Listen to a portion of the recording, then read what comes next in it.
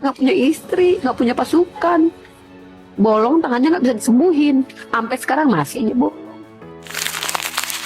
Kejadian-kejadian ini mungkin terlihat aneh, tetapi seolah menjadi bukti nyata bahwa karma bisa datang secara instan. Mulai dari gedung megah yang dilalap api hingga nasib tragis orang-orang yang menghina Tuhan. Kisah-kisah ini lebih dari sekedar kebetulan. Dalam video ini, saya akan mengupas peristiwa mengejutkan yang dianggap banyak orang sebagai azab nyata. Karma karena menantang Tuhan. Kisah Dewi Bulan. Sejak 2023, nama Dewi Bulan ramai diperbincangkan karena aksi kontroversialnya. Selebgram ini menantang Allah Subhanahu wa Ta'ala untuk menghancurkan hidupnya. Dalam video viral, dia berkata, "Saya tantang Allah lagi tahun ini. Bisakah dalam 1 bulan menghancurkan hidup Dewi Bulan?" Saya tantang kamu Allah Subhanahu wa Ta'ala kalau bisa menghancurkan hidup Dewi Bulan dalam waktu 1 bulan. Dia juga menghina Nabi Muhammad SAW, menyebut pengikutnya bodoh dan memberikan tips makan babi secara halal. Aksi-aksinya memicu kemarahan netizen yang mendoakan agar dia mendapat balasan setimpal. Setelah videonya viral, muncul unggahan TikTok yang memperlihatkan seorang perempuan terbaring lemah di rumah sakit dengan narasi akibat menantang Allah. Banyak yang mengira itu Dewi Bulan. Namun investigasi dari kanal YouTube Gerakan Peace membantah klaim ini. Video itu diyakini hoax karena kejanggalan, seperti mata uang merah yang bukan dari Amerika, tempat Dewi Bulan tinggal. Meski perbuatannya keterlaluan, menyebarkan hoax bukan solusi. Yang terpenting kita bisa belajar, tidak ada gunanya menantang Tuhan atau melecehkan agama. Apakah karma akan datang? Waktu yang menjawab. Nikki Glaser. Nikki Glaser tiba-tiba menjadi sorotan setelah pernyataannya di panggung Golden Globe 2025 menuai kontroversi. Komedian sekaligus pembawa acara ini melontarkan lelucon yang dianggap banyak orang melecehkan Tuhan.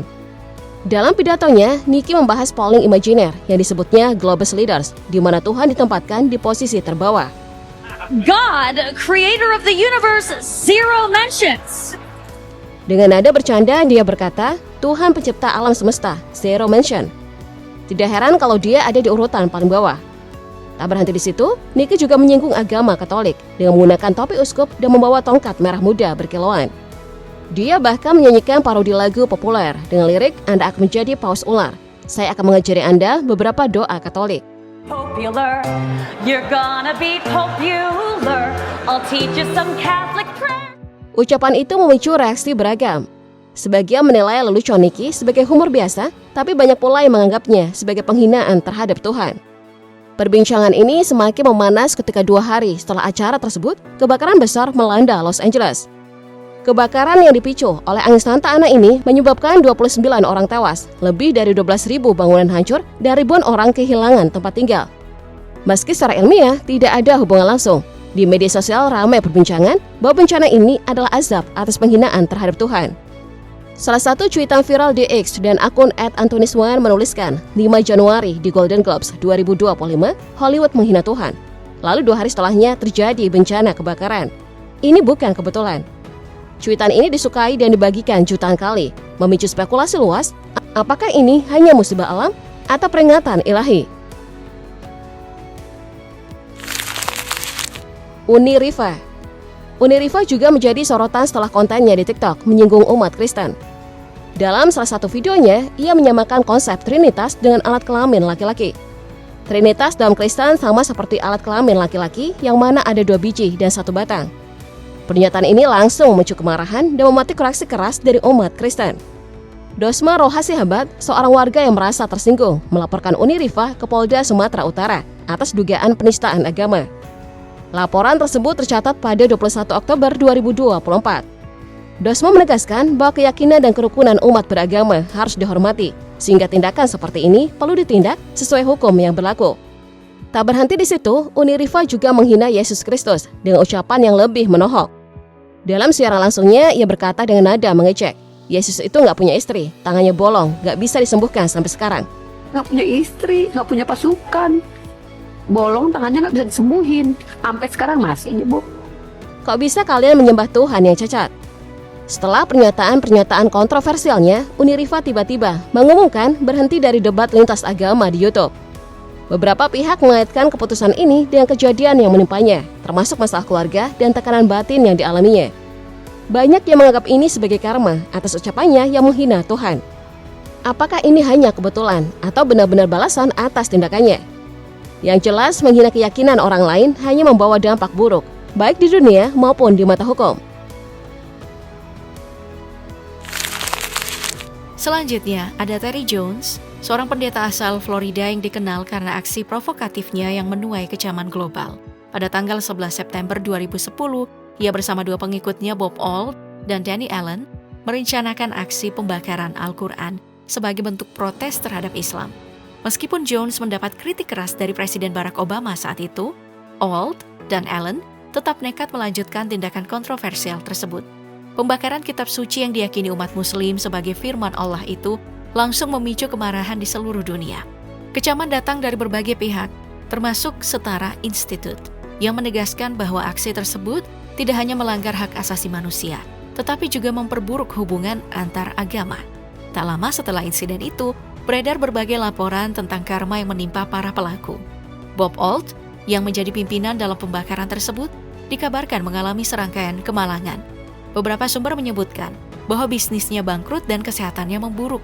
Sementara itu, Danny Allen disebut-sebut mengalami tekanan mental yang cukup parah. Kisah ini menjadi pengingat bahwa menghina kepercayaan orang lain bisa membawa konsekuensi yang tak terduga. Seperti pepatah bilang, apa yang kau tabur, itulah yang akan kau tuai. Setuju nggak? Salwan Momika, pria asal Irak, dikenal karena aksi pembakaran Al-Quran di Swedia pada 2023. Pada 29 Januari 2025, ia tewas ditembak di Södertälje saat melakukan siaran langsung di TikTok. Polisi Swedia mengonfirmasi penangkapan 5 tersangka terkait kasus ini. Lahir pada 23 Juni 1986 di Karakos, Irak, Momika adalah etnis Asyur yang dibesarkan dalam tradisi Katolik Syria. Ia pernah bergabung dalam pasukan mobilisasi populer, kelompok paramiliter yang berperang melawan ISIS. Pada 2018, ia datang ke Swedia sebagai pencari suaka dan mendapat izin tinggal sementara. Setelah beberapa aksi provokatifnya, Badan Migrasi Swedia mempertimbangkan deportasinya. Nama Momika mulai dikenal setelah ia berulang kali membakar Al-Quran dalam demonstrasi anti-Islam, termasuk di depan Masjid Stockholm dengan teriakan, "Ini negara saya akan melindungi Swedia dari buku ini." Aksi tersebut memicu kemarahan global dan ketegangan diplomatik antara Swedia dan negara-negara Muslim. Ia juga menghadapi ancaman dan sempat meminta perlindungan polisi. Namun menjelang putusan pengadilan, ia ditembak mati di balkon apartemennya. Kasus ini kini menjadi sorotan internasional dengan sebagian menilai kematiannya sebagai akibat dari provokasinya. Sementara yang lain menganggapnya serangan terhadap kebebasan berbicara. Apapun perspektifnya, kisah Momika mengingatkan kita bahwa menista kepercayaan orang lain bisa berujung pada konsekuensi tak terduga. Salah satu kisah yang paling dikenal adalah tentang Thomas Andrew, arsitek Titanic. Dengan penuh percaya diri, ia pernah berkata, kapal ini tidak akan pernah tenggelam, bahkan oleh Tuhan sekalipun. Namun pernyataannya itu menjadi ironi besar ketika Titanic menabrak gunung es dalam pelayaran perdananya. Kapal megah itu pun tenggelam di Samudra Atlantik, meninggalkan tragedi yang dikenang sepanjang sejarah. Kesombongan serupa juga pernah ditunjuk oleh Bon Scott, vokalis band legendaris AC/DC. Dalam lagu Highway to Hell, ia dengan lantang menyanyikan lirik yang menantang, "Jangan hentikan aku sedang asik berjalan ke neraka." Seolah menantang takdir, Scott ditemukan tewas pada tahun 1980 akibat tersedak muntahnya sendiri setelah mengonsumsi alkohol berlebihan. Kisah tragis lainnya datang dari Tancredo Neves, presiden terpilih Brasil. Saat berkampanye, ia dengan penuh percaya diri berkata, "Jika saya mendapat lebih dari 500.000 suara, tidak akan seorang pun, bahkan Tuhan, yang bisa menghalangi saya menjadi presiden." Ucapannya terbukti membawa petaka. Meskipun menang dalam pemilu, ia tidak pernah sempat duduk di kursi kepresidenan. Sebelum pelantikannya, ia jatuh sakit secara mendadak dan meninggal dunia, meninggalkan sejarah sebagai presiden yang tak pernah memerintah. Sementara itu, ikon Hollywood Marilyn Monroe juga memiliki kisah yang tak kalah mengejutkan. Suatu hari, pendeta Billy Graham datang kepadanya dan berkata bahwa ia diutus oleh Roh Kudus untuk menyampaikan sesuatu. Namun Monroe dengan dingin menolaknya. "Maaf, saya tidak memerlukan Yesusmu itu." Beberapa hari setelah pertemuan itu, ia ditemukan tak bernyawa di apartemennya, diduga akibat overdosis obat-obatan.